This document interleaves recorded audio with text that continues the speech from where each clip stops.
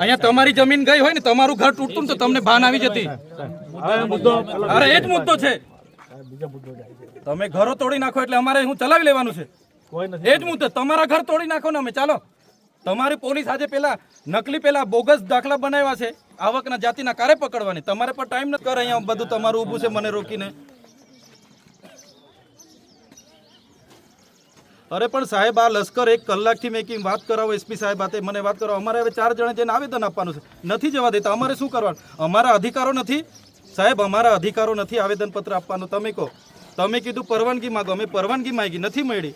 ચાલો અમે 4 જણ આવવા માંગીએ છીએ. તેમાં પણ આ લોકો મને સહકાર નથી આપતા. એટલે અમારે શું? ના સાહેબ. સાહેબ તમે આમની હાથે વાત કરો.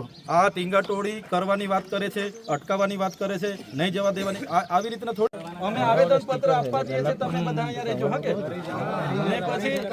પછી આપણે અમારું આવેદનપત્ર પતી જાય કહી દે એટલે પોતપોતાના ઘરે શાંતિથી પહોંચી જજો. તૈયાર છો ને બધા? બસ ચાલો.